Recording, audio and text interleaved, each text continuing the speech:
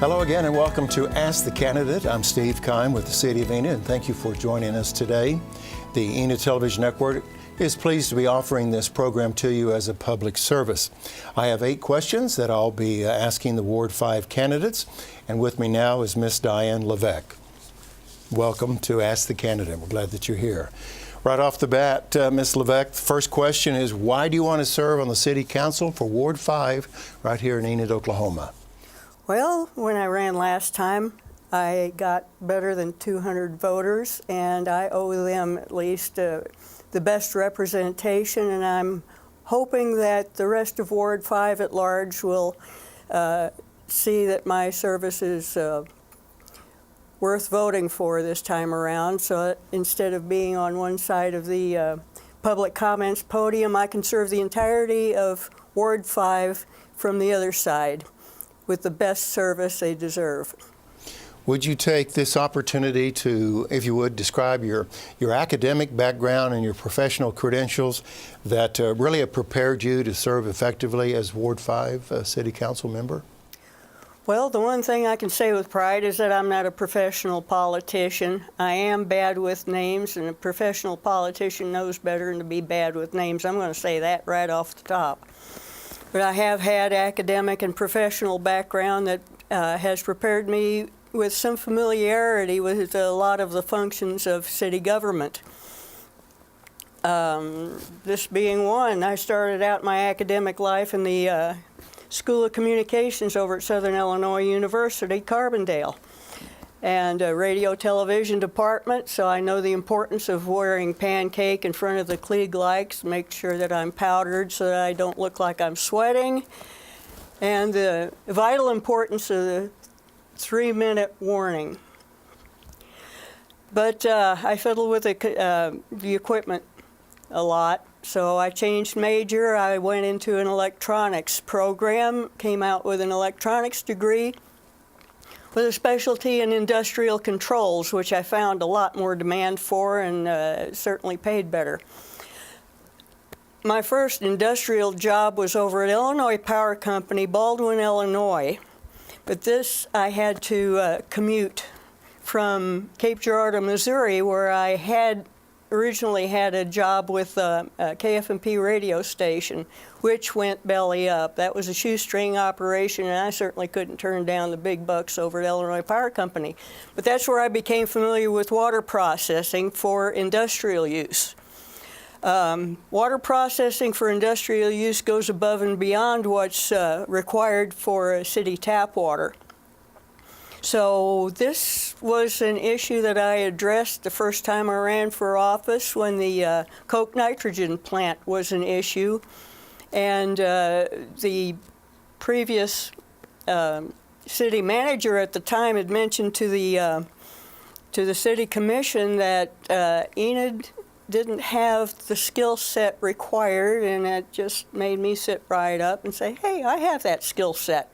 Because not only are you dealing with the usual screening, the flock tanks and chlorination that you have with tap water, with industrial water, you're also dealing with polishers, and depending on application, also a deionization process, and I know all about that.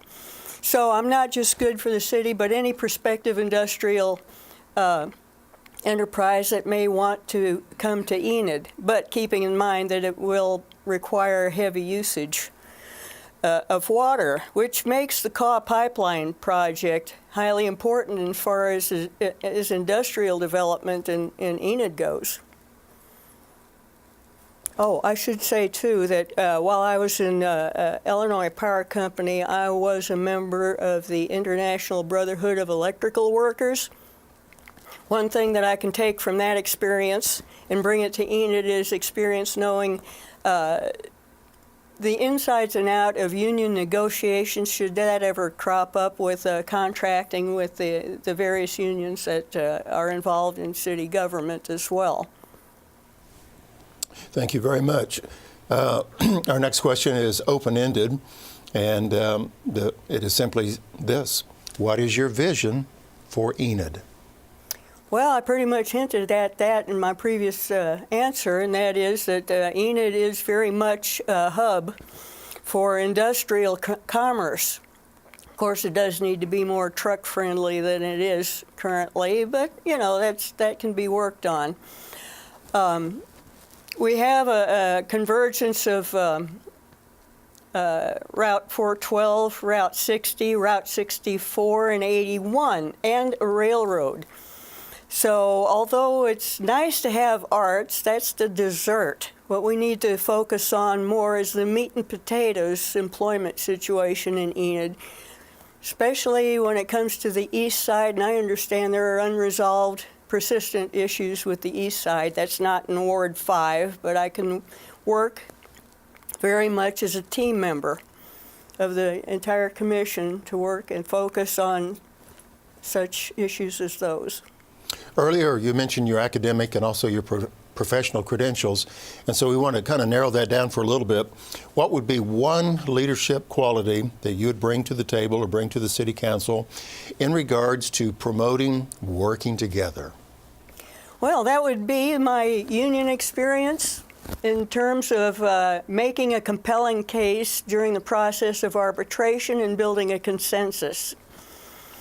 I certainly have been able to do that. In the IBEW, I was, you might say, the only petunia in the onion patch. There came an issue over pay and back pay with regards to promotion. I worked with the union against the company on discrimination issues, but I found myself on one side of the table and the company and the union lawyer on the other side of the table on the issue of back pay. I made a compelling enough argument there where I won my case and my back pay. Mrs. Levesque, there is a term that circulates around called a destination city, and it's even used within Enid, the need or the importance for it to become a destination city. Kind of a two-part question. What role would the City Council play to promote Enid or help it to become that destination city? And really, what role would you play in Ward 5 to help Enid be that destination city? Well, to make Enid a destination city, I would have to work quite a bit outside of Ward 5. But my primary importance, and I'll tell you this, is to further the interests of Ward 5 in that regard. The city of Enid is already a commerce hub insofar as where all the railroad goes, the roads intersect and such. So developing industry would make it a bigger destination hub in terms of industrial commerce. Plus, a lot of Enid residents don't realize this, but we have a Port 33 that has access to the Mississippi River barge traffic. We need to focus on that still further. But in terms of tourism, as you all know, if you've watched the city commissions of late, I'm a big proponent of monarch tourism. The mayor mentioned not terribly long ago that a lot of our tourists come from Canada, and Canadians are very interested in monarch conservation, and we're sitting right in between Canada and the big monarch tourism destination that is in Texas. We should cash in on that traffic, just coming and going, just starting from there, and we can develop our own monarch tourism as a destination per se. Okay. I have another two-part question for you, and it's simply this. What major issue do you see or anticipate the City Council will face in 2019, and how will you personally go about contributing to a successful outcome of meeting that issue? Oh, where to begin? As of the last City Commission, there's clearly an issue with the east side that is not in Ward 5, but we do need to focus as a commission, as a team, to address east side issues, which apparently are considerable and haven't been addressed in the past commissions. So those remain unresolved, and as I stated before, making Enid more truck-friendly. We have truck-eating bridges, and now is a good time, probably better than in the past, for addressing railroad easement or rights-of-way maintenance. We do need to make the downtown more truck-friendly, but here's where I think I can work specifically with a mayor that has been making these issues part of his own platform in the industrial development of Enid as an industrial center. That gentleman's name is Mitch Mitchell. I tell you, I'm bad with names. Sorry. But I've gone to the Ag Fest, and I've heard his platform and his campaign positions, and it's very much what I was saying the last time I ran 4 years ago, and that is development of Enid's industries and the importance of the infrastructure. And as far as developing what's on the east side and various other issues that I know are going to come up, not just come up once in 2019, but they're reoccurring issues. The sidewalk ordinance, for example, and the signs, the sign ordinance, and so forth like that. I think myself and Mayor Mitchell would make a great team. And building a consensus with the rest of the city commission, we can certainly accomplish great things, I think. Okay, thank you. The city staff receives numerous comments, complaints, compliments, the list goes on, and they're numerous and various.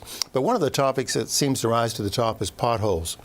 And on the subject of infrastructure, as Ward 5 Commissioner, how do you see the City Council addressing the street and pavement problems in Enid?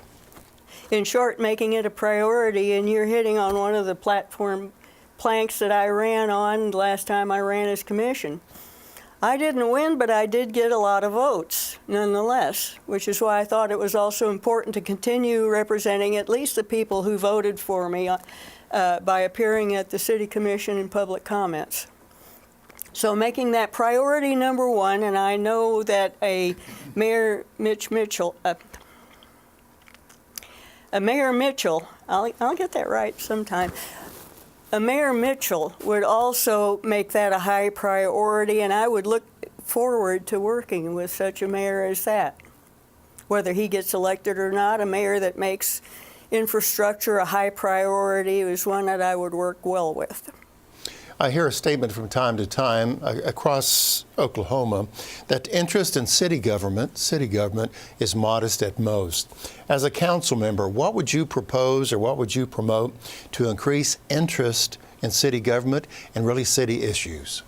Well, what I'm doing now and what I did 4 years ago contributes to that, and that is going out, shaking hands, knocking on doors, and kissing babies. Well, maybe not kissing babies, but listening to what Ward 5 has to say about what its issues are, and the idea to be a Ward 5 commissioner is to represent the interests of Ward 5, but also recognizing that Ward 5 doesn't dictate to the other wards what's what. I bring those issues to the commission, and we all work together on it as a team. This concludes the portion where I've asked the Ward 5 candidates the same 8 questions, and now we're to the point where Mrs. Levesque can address the audience. And I'd like to just simply provide you this opportunity, Mrs. Levesque, to speak to the citizens of Enid on why you're the best candidate on this role. And as you know, the camera is right there front and center, and this is your opportunity to speak from your heart. Go right ahead. Very good. Yes, hello, Ward 5. You've already met me. Well, some of you have. I'm only one person, and there's like 2,000 registered voters in Ward 5. myself alone can't talk to each and every one of you individually, although I'd dearly love to. I think you've got some of the best ideas out there that should be brought before the commission.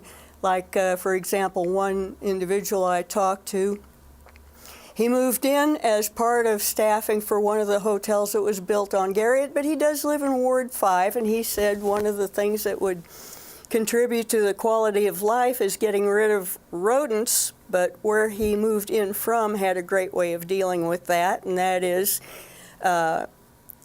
capturing feral cats, and instead of putting them down, spaying them, releasing them so that they can prey on the rodents that are such a big deal here in Enid. And on some of our older roads, especially in this inner city part, they tend to undermine the road bed, where you're going to have potholes and collapses. I've seen some roadways where they've actually sunk more on one side than the other.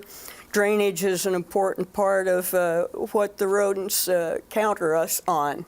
Drainage is a big issue in Enid, and I expect it's not just in Ward 5.